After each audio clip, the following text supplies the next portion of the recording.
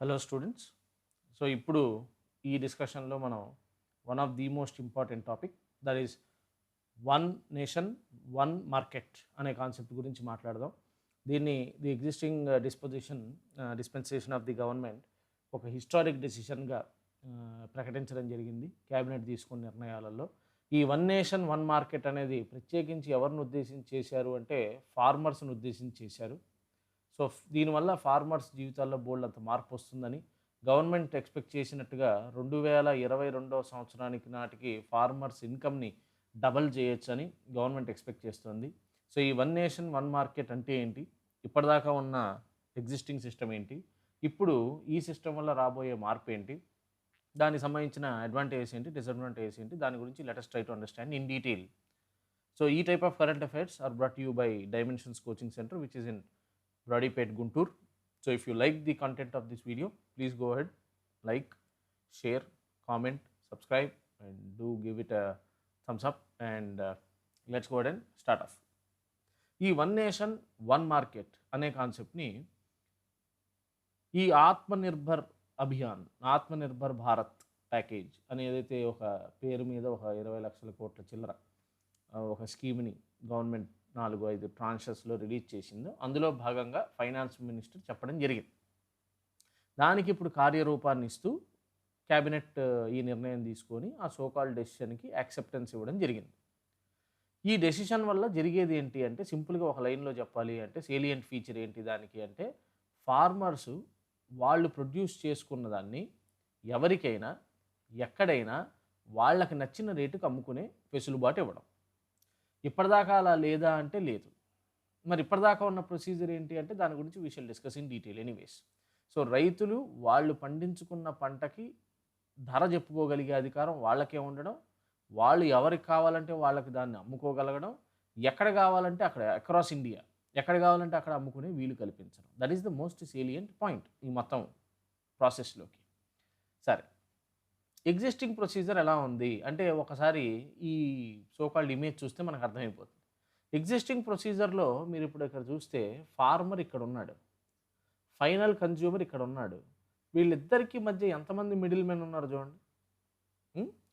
ఇవన్నీ రకరకాల సిస్టమ్స్. ఇప్పుడు ఉదాహరణకి ఫార్మర్ ఒకటి పండించాడు, అక్కడి నుంచి దాన్ని లోకల్గా ఉండే మండీకి జోన్లోనో డిస్ట్రిక్ట్లోనో ఉన్న యార్డ్కి, మిర్చి యార్డ్ టైప్ ఒక యార్డ్కి తీసుకెళ్ళాడు. ఆ యార్డ్ దగ్గర ఒక కమిషన్ ఏజెంట్ ఉంటాడు. ఆ కమిషన్ ఏజెంట్ ఫార్మర్ దగ్గర కొంటాడు, బిడ్డింగ్ అది చేసి ఆ కమిషన్ ఏజెంట్ అలా ప్రొక్యూర్ చేసిన దాన్ని ఎఫ్సిఐకో ఇతరత్ర అమ్ముతాడు. ఎఫ్సిఐ దాన్ని తీసుకెళ్ళి వేర్ హౌస్కి తరలిస్తుంది. వేర్ హౌస్లో దాన్ని స్టోర్ చేసిన తర్వాత దాన్ని స్లోగా ఈ టార్గెటెడ్ పబ్లిక్ డిస్ట్రిబ్యూషన్ సిస్టమ్ ద్వారా కానీ లేకపోతే ఓపెన్ మార్కెట్లో సేల్ చేయడం కానీ ఇతరత్ర డీలర్స్కి రిటైలర్స్కి అమ్మడాలు కానీ ఇలాంటివన్నీ ఎఫ్సిఐ చేస్తుంది. ఇదో పద్ధతి.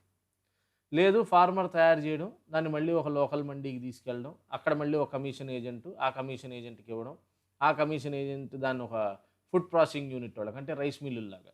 సో రైతులు ధాన్యాన్ని మధ్యలో ఉండే కమిషన్ ఏజెంట్కి తోలడం, ఆ కమిషన్ ఏజెంట్ ఆ ధాన్యాన్ని తీసుకెళ్ళి మిల్లోళ్ళకి ఇవ్వడం, మిల్లోళ్ళు దాన్ని ప్రాసెస్ చేసి కన్జ్యూమర్కి ఇవ్వడం. లేదు, రైతులు ప్రొడ్యూస్ చేయడం, దాన్ని మళ్ళీ లోకల్ మండీకి తీసుకెళ్ళడం పర్చేసింగ్ సెంటర్కి, అక్కడ కొంతమంది డీలర్స్కి దాన్ని అమ్మడం, ఆ డీలర్స్ దాన్ని అంటే వీళ్ళు హోల్సేలర్స్ అవుతారు, వీళ్ళు రిటైలర్ల నుంచి దాన్ని కన్జ్యూమర్కి తీసుకెళ్ళడం.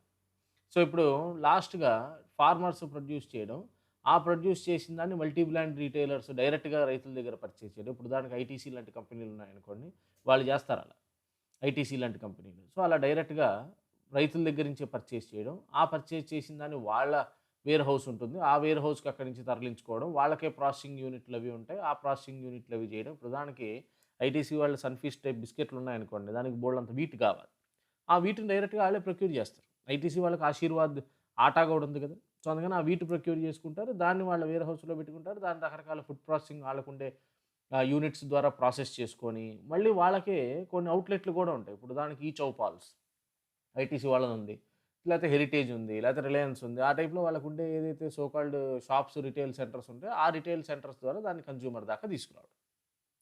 సో ఇక్కడ మీరు కేర్ఫుల్గా అబ్జర్వ్ చేస్తే కనుక I made sure that I'm not using the word customer here. అది గుర్తుపెట్టుకోండి. ఇక్కడ నేను కస్టమర్ అనే మాట వాడట్లేదు. అంటే జనరల్గా మనం నార్మల్ పార్లెన్స్లో మనల్ని మనం కస్టమర్స్ అని పిలుస్తాం. బట్ ఇన్ రియాలిటీ అబ్జర్వ్ చేస్తే కనుక మనం కస్టమర్స్ కాము. వీళ్ళందరూ ఎవరైతే మధ్యలో ఉన్నారో ఈ so called all these people వీళ్ళందరూ కస్టమర్స్ అవుతారు. ఎందుకనంటే వీళ్ళందరూ కొనుక్కునేది it is for the purpose of reselling. వేరే వాడికి అమ్మడం కోసం కొంటారు వీళ్ళంతా. సో, ఇప్పుడు ఇతను ఇక్కడ కొని లోకల్ మండీ నుంచి కమిషన్ ఏజెంట్ నుంచి ఫుడ్ ప్రాసెసింగ్ యూనిట్, అక్కడి నుంచి కన్జ్యూమర్‌కి. బట్ కన్జ్యూమర్ అనేవాడు వాడు కన్జ్యూమ్ చేయడానికి. అది ఇండివిడ్యువల్‌గా అతను కన్జ్యూమ్ చేసినా, అతని ఇంట్లో వాళ్ళు కన్జ్యూమ్ చేసినా సమ్ పర్పస్ ఆఫ్ కన్జంప్షన్ కోసమే కన్జ్యూమర్ కొంటాడు ఎప్పుడైనా. సో, మనల్ని కస్టమర్ అనకూడదు. మనల్ని కన్జ్యూమర్ అంటారు. వీళ్ళందరి మధ్యలో ఎవరైతే మిడిల్ మెన్ ఉన్నారో వీళ్ళందరిని కూడా కస్టమర్స్ అంటారు. సో, ఇక్కడ కామన్‌గా మనం అబ్జర్వ్ చేస్తే రైతు డైరెక్ట్‌గా కన్జ్యూమర్‌కి అమ్ముకునే పరిస్థితి లేదు. ప్రతి చోట ఒక సిస్టమ్ ఆఫ్ ఇంటర్మీడియరీలు తగులుతారు. వీటన్నిటిలోనూ కామన్ పాయింట్ ఏంటంటే ఇది. ఈ సో కాల్డ్ లోకల్ మండీ. ఈ సో కాల్డ్ లోకల్ మండీ పోషిస్తున్న పాత్ర వల్లే రైతులు దాదాపుగా దెబ్బతిని వాళ్ళకి అవసరమైన రేటు చెప్పుకోలేకపోతున్నారు. వచ్చిన దాంతో సాటిస్ఫై అవ్వాల్సిన పరిస్థితి వస్తుందని ఆ సో కాల్డ్ లోకల్ మండీల పాత్ర నుంచి రైతుల్ని బయటికి తీసుకురావడం కోసం ఒక వెరీ వెరీ ఇంపార్టెంట్ స్టెప్స్ కొన్ని తీసుకున్నారు. That I'm going to discuss now. 3 steps తీసుకున్నారు. ఈ సో కాల్డ్ క్యాబినెట్ డెసిషన్‌లో 3 స్టెప్స్ ఉన్నాయి. అందులో ఫస్ట్‌ది amendment to essential commodities act of 1955. ఇది సరిగ్గా చదవండి. This is not ESMA. Essential services maintenance act అది కాదు. That is different. This is essential commodities act. ఈ ఎసెన్షియల్ కమోడిటీస్ యాక్ట్ ప్రకారం ఇది ఏం చెప్తుందంటే, ఇక్కడ చెప్పిన కొన్ని ఉన్నాయి చూడండి. సీరియల్స్ గానీ, edible oil, oil seeds, pulses, potato, onion ఇవన్నీ గూడా ఒక పలానా క్వాంటిటీకి మించి ఒకడు కొనడానికి లేదు, స్టాక్ మెయింటైన్ చేయడానికి లేదు. That is important. ఇది గుర్తుపెట్టుకోండి. వాడు కొనడానికి లేదు, స్టాక్ మెయింటైన్ చేయడానికి లేదు. క్లియర్? ఒకవేళ అలా చేయాల్సొస్తే దానికి మళ్ళీ ఎక్స్‌ట్రా లైసెన్స్ తీసుకోవాలి. వీడు అవసరానికంటే ఎక్కువ కొనేసి వాటిని కోల్డ్ స్టోరేజ్‌ల్లోనో దాచేసాడనుకోండి, సివిల్ సప్లైస్ డిపార్ట్‌మెంట్‌లో వాళ్ళు ఉంటారు కదా! వాళ్ళు ఆటి మీద దాడులు చేస్తారు. చేసి ఇదంతా బ్లాక్ మార్కెట్ చేశారని, బ్లాక్ స్టాక్ మెయింటైన్ చేశారని వీళ్ళ మీద కేసులు బనాయిస్తారు. అందుకనే ఇప్పుడు రైతు బంపర్ హార్వెస్ట్ వచ్చింది. బోలెడంత మిలియన్ టన్స్ ప్రొడ్యూస్ చేశాడు. అయినా కొనగలిగేవాడు ఓ పలానా శక్తి మించి కొనలేడు. ఎందుకని? బికాజ్ ఈ ఎసెన్షియల్ కమోడిటీస్ యాక్ట్ ప్రకారంగా దాని మీద లిమిటేషన్స్ ఉన్నాయి. ఆ లిమిటేషన్స్ వల్ల రైతు అమ్ముకోవాల్సినంత అమ్ముకోలేని పరిస్థితి. ఆ కొనడానికి వచ్చిన లైసెన్సీ ఎవడైతే ఉన్నాడో వాడికి కావాల్సినంత కొనుక్కోలేని పరిస్థితి. అందుకని ఇప్పుడు ఏం చేశారంటే, ఈ సో కాల్డ్ ఐటెమ్స్ ఇప్పుడు ఏదైతే మెన్షన్ చేశామో వీటిని డీరెగ్యులేట్ చేశారు. అది అమెండ్మెంట్ దీనికి చేసింది. డీరెగ్యులేషన్ అంటే అర్థం ఏంటి? ఎంత క్వాంటిటీ అయినా రైతులు అమ్ముకోవచ్చు. ఎవడైనా సరే ఎంత క్వాంటిటీ అయినా కొనుక్కొని కోల్డ్ స్టోరేజెస్‌లో లేకపోతే ఇతరత్ర వేర్ హౌసుల్లో దాన్ని స్టోర్ చేసి పెట్టుకోవచ్చు. Except in the case of emergencies. ఇది గుర్తుపెట్టుకోండి. అర్థమైందా? ఏ తుఫాన్లు లాంటివో లేకపోతే ఇతరత్ర న్యాచురల్ కెలామిటీస్ వచ్చినప్పుడో, లేదా పాండమిక్స్ వచ్చినప్పుడో ఇలాంటి సందర్భాల్లో తప్ప ఎమర్జెన్సీస్ అవి కూడా ఏంటనేది గవర్నమెంట్ నోటిఫై చేస్తుంది. బట్ అదర్‌వైజ్ కేసుల్లో there is no regulation on the amount of stock that you can purchase and store. ఈ కాన్సెప్ట్ ఎందుకు తెచ్చారంటే బికాస్ గవర్నమెంట్ వాంట్స్ ఎఫ్‌డిఐ. ఇందులో అంటే అగ్రికల్చర్ ఇన్‌ఫ్రాస్ట్రక్చర్‌లో. అగ్రికల్చర్ ఇన్‌ఫ్రాస్ట్రక్చర్ అంటే ఏంటి? కోల్డ్ స్టోరేజ్‌లు గానీ, వేర్ హౌస్‌లు గానీ, సప్లై చైన్‌లు గానీ వీటిల్లోకి government wants private participation. Government wants FDI. So, అలాంటోళ్ళు వచ్చినప్పుడు వాళ్ళకి లిమిట్లు ఇవన్నీ పెడతామంటే గనక వాళ్ళు పెద్దగా ఇంట్రెస్ట్ చూపించరు. సో, ఎమర్జెన్సీ సందర్భాలలో తప్ప అదర్‌వైజ్ కేసుల్లో absolutely there is no limit. అర్థమైందా? ఇన్ టర్మ్స్ ఆఫ్ ఎక్స్‌పోర్ట్ విషయంలో వాటిల్లో కూడా there is absolutely no limit. So, అలా దానివల్ల బెటర్ ప్రైస్ డిస్కవరీ జరుగుతుందని గవర్నమెంట్ ఉద్దేశం. ఇది ఫస్ట్ స్టెప్. సెకండ్ స్టెప్ ఏంటి అంటే is the passage of the so called ordinance. ఈ ఆర్డినెన్స్ దేనికి సంబంధించింది? ఫార్మింగ్ ప్రొడ్యూస్ అంటే తయారు చేయడం. దాన్ని ట్రేడ్ అండ్ కామర్స్‌కి సంబంధించింది. ఆ ట్రేడ్ అండ్ కామర్స్‌ని ప్రమోట్ చేసి ఫెసిలిటేషన్ చేయడం. అంటే పెంపొందించే ప్రయత్నం చేయడం. దీంట్లో భాగంగానే మనం తర్వాత 2, 3 స్లైడ్స్‌లో we shall discuss more about something called agriculture produce market committees అని ఒక కాన్సెప్ట్ ఉంటుంది. అదొక చట్టం. Agriculture produce marketing committee. So, దానికి సంబంధించి డీటెయిల్‌గా మనం మాట్లాడదాం. ప్రస్తుతానికి దీని సంగతి పక్కన పెట్టండి. ఓకే. అంటే ఇందులో భాగంగానే రైతులు ఎక్కడైనా అమ్ముకోవచ్చు, ఎవరికైనా అమ్ముకోవచ్చు లాంటి సిస్టమ్స్ ఈ పలానా ఆర్డినెన్స్ ద్వారా వచ్చాయి. ఇక ఈ మూడో ఆర్డినెన్స్ ఉందే, ఇది ఒకసారి జాగ్రత్తగా చూడండి. Farmers agreement on price assurance and farm services అన్నారు. దీన్ని సింపుల్‌గా మనకు అర్థమయ్యే భాషలో చెప్పాలి అంటే this is regarding contractual farming. నా కాంట్రాక్ట్ ఫార్మింగ్ అంటే అర్థం ఏంటి? జాగ్రత్తగా వినండమ్మా. కాంట్రాక్ట్ ఫార్మింగ్ అంటే అర్థం ఏంటంటే ఒక ఫార్మర్ ఉన్నాడు. ఇప్పుడు ఫర్ ఎగ్జాంపుల్ నేనే ఉన్నాను ఒక ఇండివిడ్యువల్‌ని. నాకేం కావాలంటే ఒక టన్ను పొటాటోస్ కావాలి. ఈ టన్ను పొటాటోస్ పండించడానికి ఈ పలానా రైతు దగ్గర భూమి ఉంది. పండించగలనన్నాడు ఇతను. సో, నేను ఇతను ఒక కాంట్రాక్ట్ రాసుకున్నాం. ఈ కాంట్రాక్ట్ ప్రకారంగా వచ్చే 3 నెలల కాలంలో నాకు ఈ పలానా రైతు ఒక టన్ ఆఫ్ పొటాటో ఇస్తాడు. నేనడిగిన క్వాలిటీలో ఇస్తాడు. దానికి సంబంధించి ఎంత రేటు నేను పే చేయబోతున్నాననేది ఇప్పుడే మేమిద్దరం డిసైడ్ చేసుకోబోతున్నాం. These are more like futures contract లాంటివి. సో, మేమిద్దరం డిసైడ్ చేసుకోబోతాం. ఇప్పుడు రేపు ఏదైనా సరే జరిగి బయట మార్కెట్‌లో ఈ రేటు పడిపోయిందనుకోండి. అయినా సరే నేను ఖచ్చితంగా అగ్రీ చేసిన రేటు ప్రకారం ఇది కొనాల్సిందే. అంటే రైతుకి మార్కెట్‌లో వచ్చే ప్రైస్ అప్స్ అండ్ డౌన్స్ వల్ల ప్రభావం పడనీయకుండా షీల్డ్ చేసే ఉద్దేశ్యంతో దీన్ని తెచ్చారు. Contract farming. అంటే ఇంకా కాంట్రాక్ట్ ఫార్మింగ్ దాని విధి విధానాల గురించి ఇంకా గవర్నమెంట్ క్లారిటీ లేదు. The further work is going on. But జనరల్‌గా మాట్లాడితే అర్థమైంది. కాంట్రాక్ట్ ఫార్మింగ్ అంటే. ఇప్పుడు దీంట్లో గవర్నమెంట్ ఏం ఆలోచిస్తోందంటే ఇప్పుడు ఒకవేళ రేటు పడిపోయినా సరే రైతుకైతే అగ్రీడ్ రేటే పే చేస్తాం. ఒకవేళ రేటు పెరిగిందనుకోండి, ఆ పెరిగిన దాంట్లో కూడా కొంత మొత్తం మళ్ళీ రైతుకి ఇచ్చేటట్టుగా కూడా ఏదో అందులో చేంజెస్ తేవాలని ఆలోచిస్తున్నారు. But still as I'm telling you this is still at the drawing board స్టేజ్‌లోనే ఉంది. దాని మీద ఇంకా క్లారిటీ రావాల్సిన అవసరం ఉంది. So, that is about contract farming. So, 3 steps తీసుకుంటున్నారు. Very, very important. ఒకటి ఎసెన్షియల్ కమోడిటీస్ యాక్ట్‌లో ఉన్న పలానా ఐటెమ్స్‌ని డీరెగ్యులేట్ చేయడం. రెండోది రైతులు ఎవరికైనా, ఎక్కడైనా, ఎంత రేటుకైనా వాళ్ళనుకున్నట్టుగా అమ్ముకునే అవకాశం ఇవ్వడం. మూడోది కాంట్రాక్ట్ ఫార్మింగ్ లాంటివి చేసుకోవడం ద్వారా ఫ్యూచర్‌లో వచ్చే price hikes, up and downs నుంచి రైతుని షీల్డ్ చేసే ప్రయత్నం చేయడం. ఇంతవరకు క్లారిటీ వచ్చిందనుకుంటున్నాను. Okay, let's move on. Now next స్టెప్‌లో మనం ఈ ఏపీఎంసీ యాక్ట్ గురించి మాట్లాడదాం. Agriculture produce marketing committee.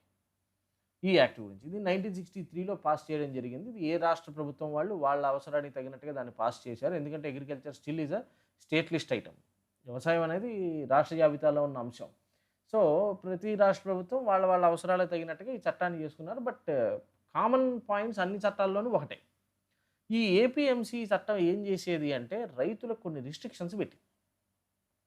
ఆ రిస్ట్రిక్షన్ ఏంటి అంటే రైతు ఒక పలానా ఏరియాలో పంట పండించిన రైతు ఆ పలానా జోన్ ఆర్ ఆ పలానా డిస్ట్రిక్ట్‌కి సంబంధించిన మండీలో మాత్రమే అతని ప్రొడ్యూస్ అమ్ముకోగలడు. అక్కడ రేట్ వచ్చినా రాకపోయినా. అక్కడ అసలు అంత కొనేవాళ్ళు ఉన్నా లేకపోయినా ఆ పలానా మండీ, జోన్ ఆర్ డిస్ట్రిక్ట్‌కి సంబంధించిన మండీస్‌లో మాత్రమే రైతులు అమ్ముకోవడానికి పర్మిషన్ ఉంటుంది. అతరత్రా లేదు. ఇది ఒక పెద్ద సమస్య.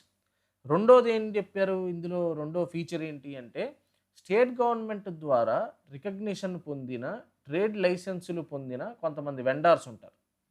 ట్రేడ్ లైసెన్సీస్.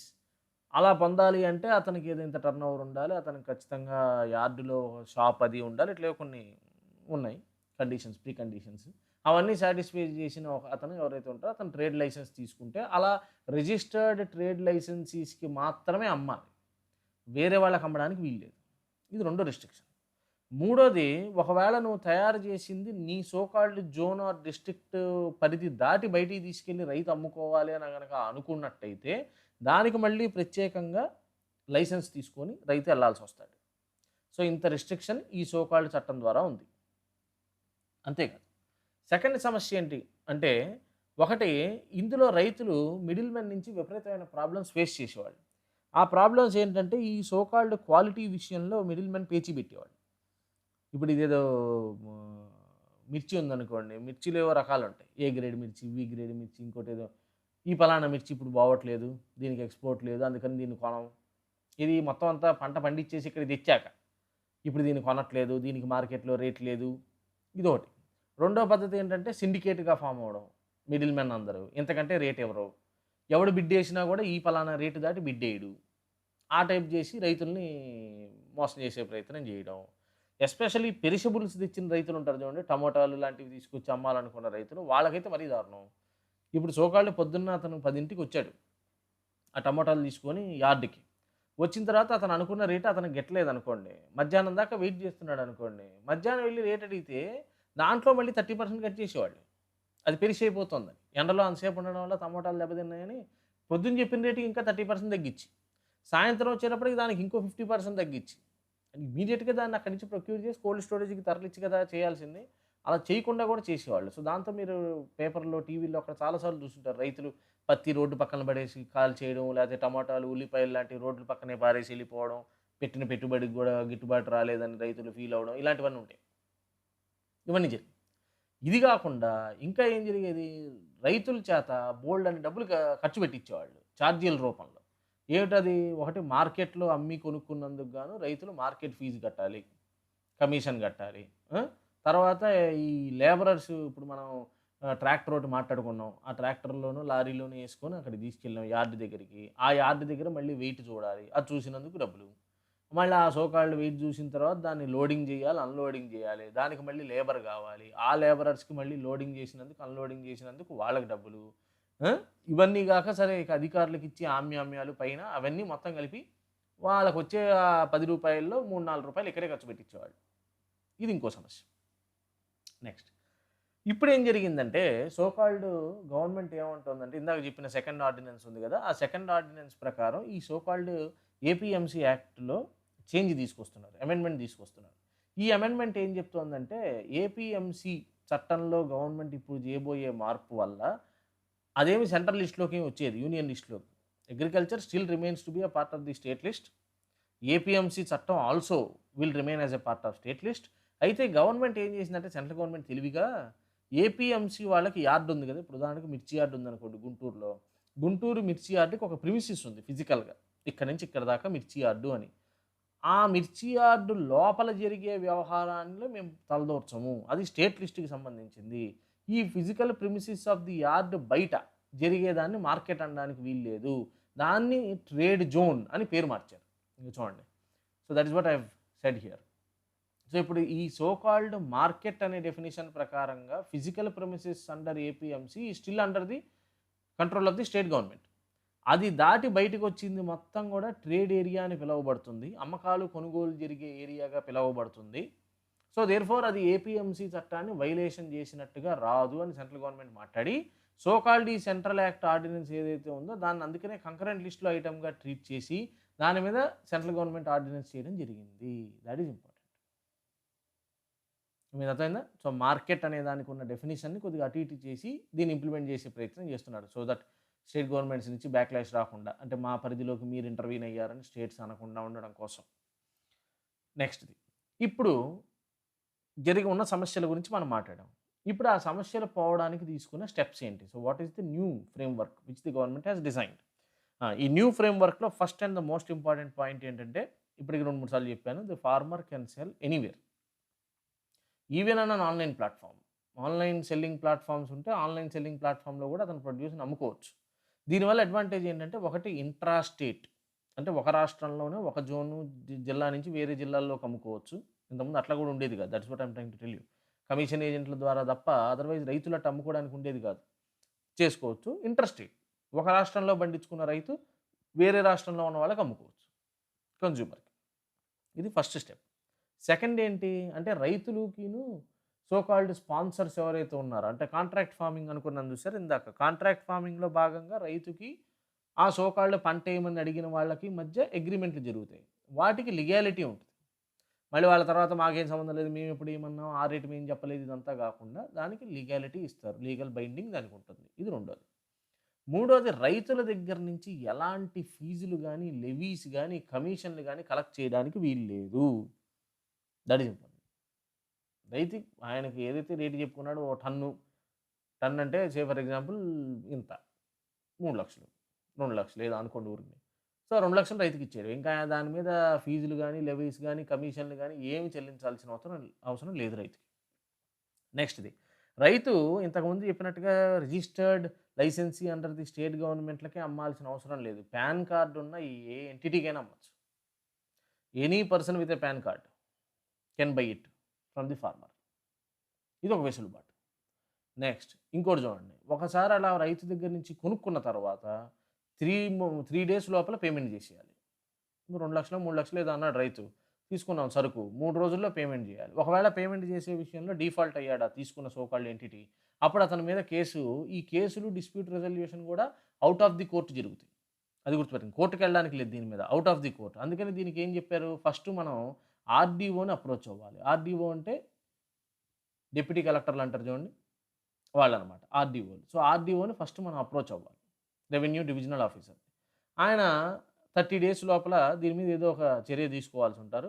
ఆ 30 డేస్ లోపల ఆయన ఏదో తీర్పిచ్చారు. అది గనక రైతుకి నచ్చలేదనుకోండి, then you can go to the district collector. District collector will act as the appellate body. So, అలా లీగల్ ఫ్రేమ్‌వర్క్‌ని కూడా అందులోనే చెప్పారు. This has nothing to do with court. Out of the court సెటిల్‌మెంట్‌లో భాగంగా జరుగుతాయి ఇవి. సో, ఆర్‌డీఓ దగ్గరికెళ్ళడం, ఆర్‌డీఓ దగ్గర దానికి పరిష్కారం అడగడం, పరిష్కారం జరిగితే ఓకే. జరగకపోతే you can go for an appeal to the district collector. ఇచ్చేశారు. నెక్స్ట్ ఏం చేశారు? ట్రాన్స్‌పోర్టేషన్ కూడా రైతు పే చేయక్కర్లేదు. ఇప్పుడు ఇంతకుముందు చెప్పాను కదా! ఇంతకుముందు ఆ లారీలు తెచ్చుకోవడం, ఆ లారీల్లో లోడింగ్ డబ్బులు ఈళ్ళే, అన్‌లోడింగ్ డబ్బులు ఈళ్ళే, దాన్ని కోల్డ్ స్టోరేజ్ తీసుకెళ్ళే డబ్బులు ఈళ్ళే, అవేమీ లేవు. నా పంట నీకు అమ్మేశాను 2,00,000కి. ఇక నువ్వు దాన్ని ఎట్లా లోడ్ చేయించుకుంటావో, దాన్ని ఇక్కడి నుంచి ఎక్కడికి పట్టుకెళ్తావో అంతా కొనుక్కున్నవాడి గొడవ. రైతుకు దాంతో సంబంధం లేదు ఇక.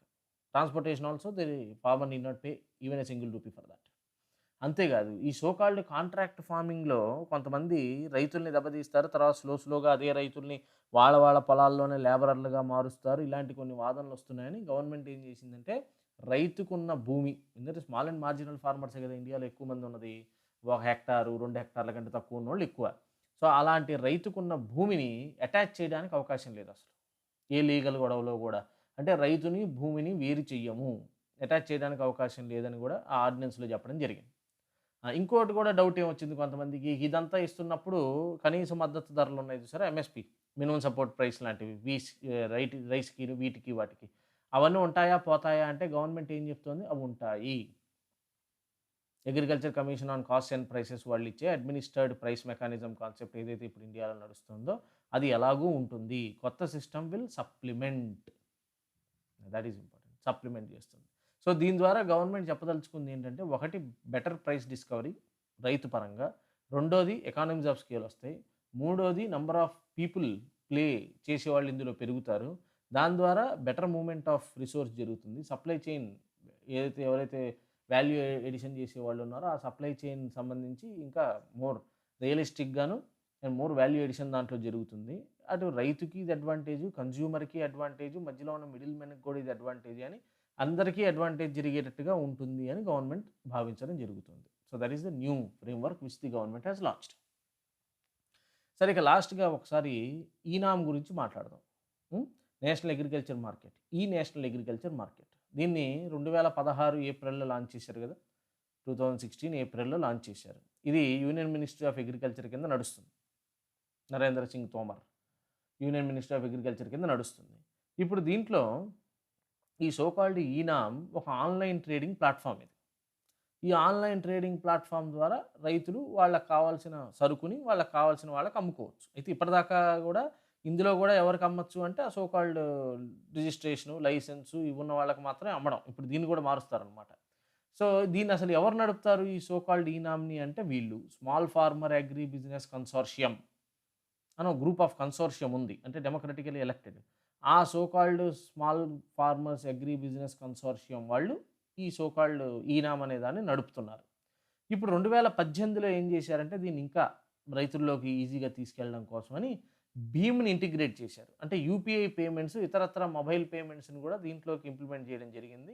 సో, ఏ రోజైతే స్టాక్ అమ్ముతారో ఆ రోజే లిఫ్ట్ చేస్తారు.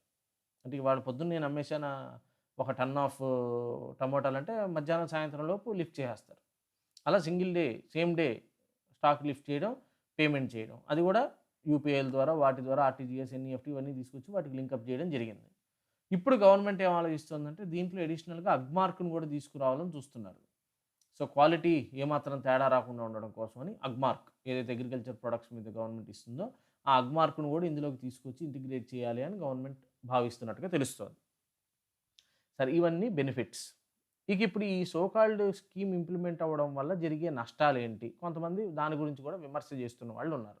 అందులో ఫస్ట్‌ది ఏంటంటే, ఒకటి స్టేట్ గవర్నమెంట్‌లకి సంబంధించిన కొన్ని విషయాల్ని సెంట్రల్ గవర్నమెంట్ తీసేసుకొని నిర్ణయాలు చేస్తున్నారు. ఇది ఒక ఫస్ట్ విమర్శ. స్టేట్ లిస్ట్ ఐటెమ్ మీద సెంట్రల్ గవర్నమెంట్ ఏదో నిర్ణయం చేసేస్తోంది ఒక విమర్శ. రెండోది కొంతమంది ఏమంటున్నారంటే, ఈ సో కాల్డ్ ఏపీఎంసీ ఏదైతే ఉందో దీన్ని అన్ని రకాలుగా నెగెటివ్‌గానే చూపించాల్సిన అవసరం లేదు. ఇందులో ఇదసలు స్టేట్ గవర్నమెంట్ చేత రన్ చేయబడేది. రైతులు మోసపోకుండా ఉండడం కోసమే దీన్ని స్టార్ట్ చేశారు. ఈ దళారులు, సో కాల్డ్ వీళ్ళందరి విషయంలో కూడా రైతులు మోసం చేయడానికి అవకాశం లేకుండా ఈ ఏపీఎంసీ దాని మేనేజ్‌మెంట్ ఇవన్నీ కూడా డెమోక్రటిక్ ఎలక్టెడ్ బాడీసే. సో, అలాంటి ఏపీఎంసీని ఇంప్లిమెంట్ చేయడం సరిగ్గా చేయకుండా అసలు దానివల్లే సమస్య వస్తుందన్నట్టుగా మాట్లాడడం కరెక్ట్ కాదనేది కొంతమంది వాదన.